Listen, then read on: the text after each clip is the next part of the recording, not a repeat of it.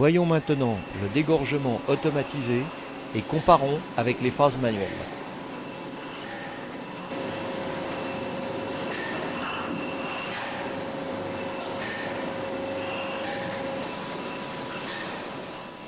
À plusieurs reprises, nous avons signalé que des produits tels que les aignes, les bourbes, les résidus, les vins perdus partaient en distillerie. À vrai dire, il ne s'agit pas de sous-traitance, mais de la contrepartie d'une taxe qui doit être versée à l'État, environ 2% de la production. Les alcools ainsi obtenus servent de base à des produits pharmaceutiques et cosmétiques.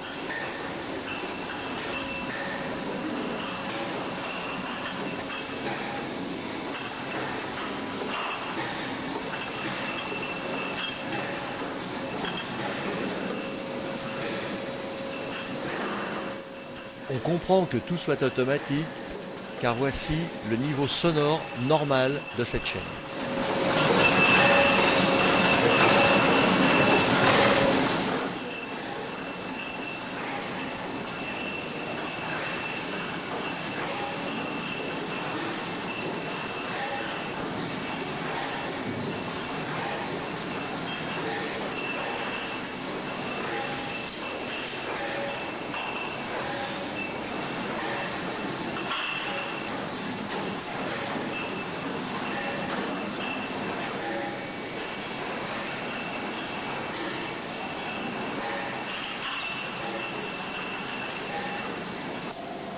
Enfin, c'est l'habillage et la préparation à l'expédition.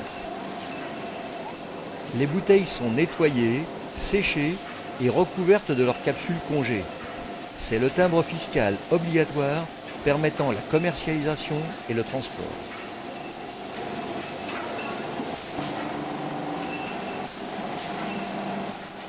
Elles sont ensuite habillées d'une collerette et d'une étiquette.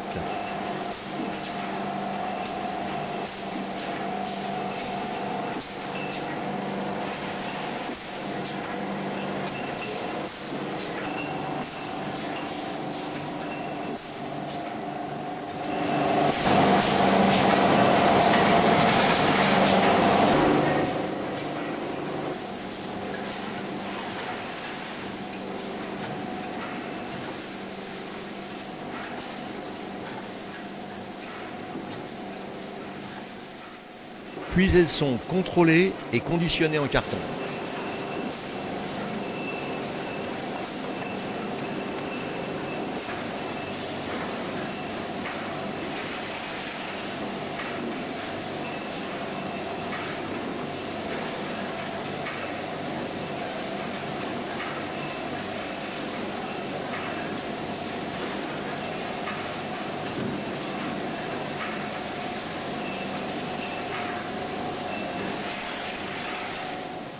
Afin que leur contenu soit facilement identifiable, les cartons sont marqués à l'imprimante à jet d'encre.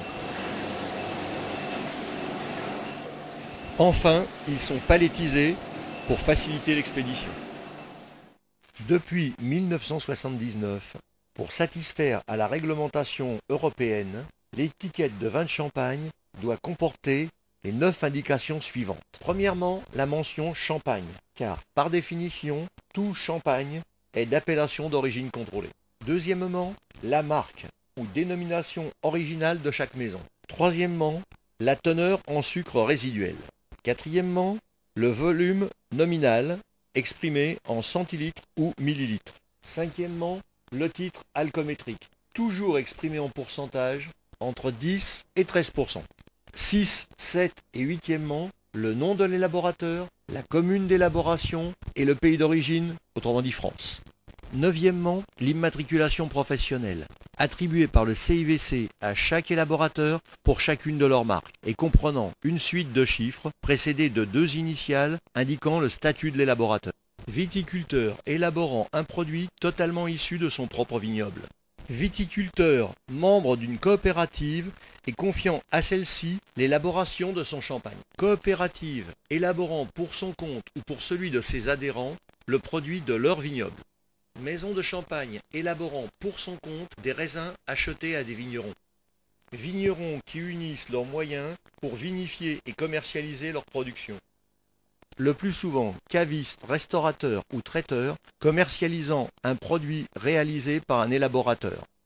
Négociant, commercialisant sous sa marque un produit réalisé par un élaborateur. Des indications facultatives telles millésime, grand cru, premier cru, blanc de blanc, blanc de noir sont des informations complémentaires non négligeables.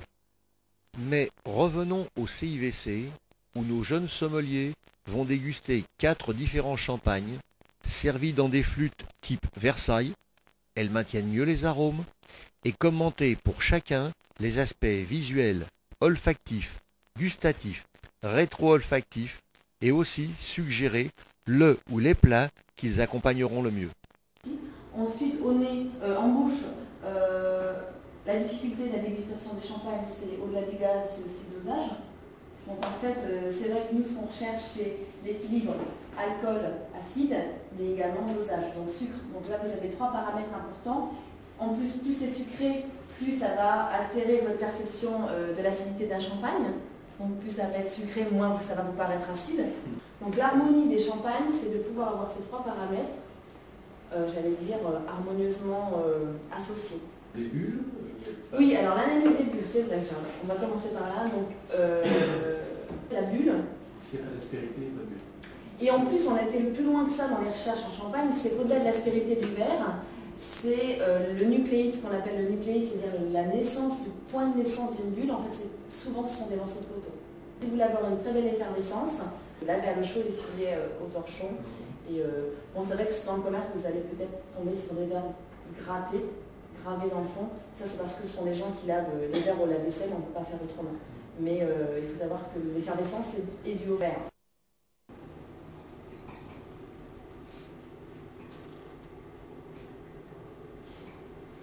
Cette salle a été étudiée afin de recréer artificiellement les conditions de la lumière naturelle dans le seul but de ne pas dénaturer les couleurs.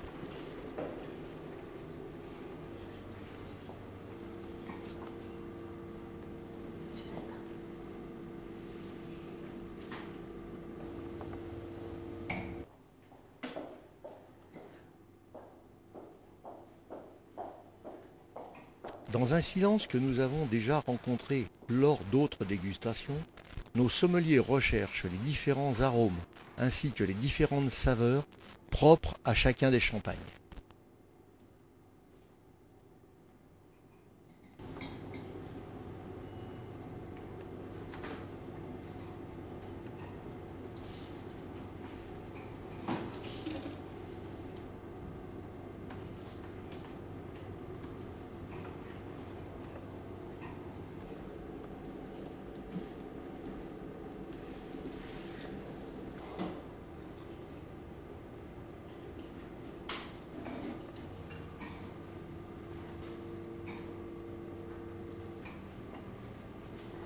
Et maintenant, avec l'œnologue animatrice de cette dégustation, découvrons en quels termes les professionnels parlent des différents aspects du champagne.